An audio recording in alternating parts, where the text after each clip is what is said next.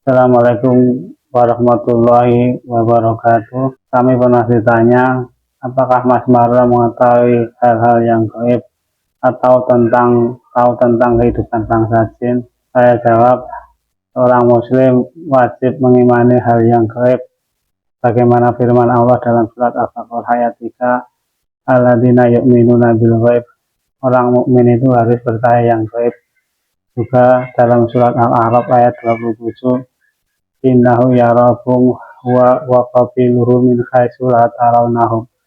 Sesungguhnya jin dan kabilahnya mengetahui kamu dari suatu tempat, kamu tidak mengetahuinya. Dari sini jelas bahwa kebanyakan manusia itu tidak mengetahui kehidupan bangsa jin dalam bentuk aslinya, termasuk juga saya. Juga Allah berfirman dalam surat Az-Zumar ayat 42 yang artinya Allah memegang ruh orang yang sudah mati dan memegang ruh orang yang belum mati dalam tidurnya. Dan Allah menahan ruh orang yang sudah mati dan melepaskan ruh orang yang belum mati. Dan itulah tanda kebesaran Allah Subhanahu wa Ta'ala. Dari ayat itu jelas ada ulama yang mengatakan bahwa ruh orang yang masih hidup itu bisa bertemu dengan ruh orang yang sudah mati.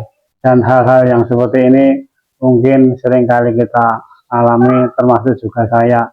Saya termasuk orang yang tidak belajar tentang ilmu alam gaib, tapi saya itu sering melihat roh saya itu keluar dari jasad saya dan terbang kemana sesuai yang kami niatkan ketika kami mau tidur. Saya itu juga sering melihat roh saya itu pulang dan masuk ke dalam jasad saya. Saya itu juga sering melihat orang-orang yang sudah mati bertemu di alam mimpi. Juga saya itu sering melihat bangsa-bangsa jin dan bentuk-bentuk jin, apalagi habis meruqyah orang. Kadang hanya berdialog dengan jin, kadang harus bertarung, tapi kadang juga harus bunuh-membunuh. Mungkin kami itu membunuh puluhan bahkan ratusan dari berbagai jin. Bagaimana bentuk-bentuk jin yang kami jumpai di alam gaib?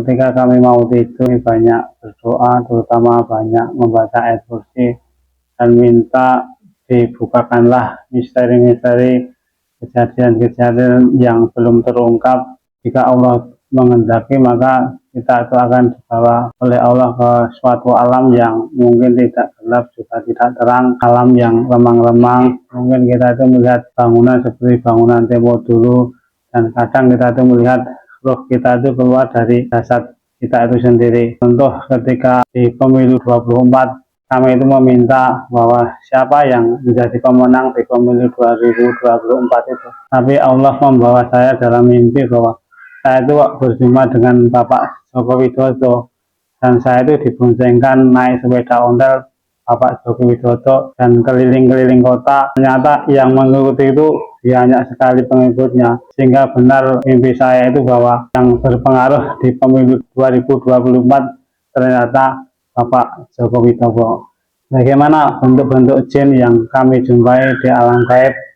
Bagaimana kami itu sering dibawa oleh Allah bermimpi temu dengan bangsa-bangsa jin. Yang pertama berbentuk seperti anak Adam, ada yang seperti kakek-kakek, nenek-nenek, anak-anak. Yang kedua berbentuk seperti binatang ternak, ada yang seperti ular yang sebesar pohon kelapa, ada yang seperti harimau, anjing, kalajengking, monyet, dan babi, dan ada burung yang sangat besar sekali.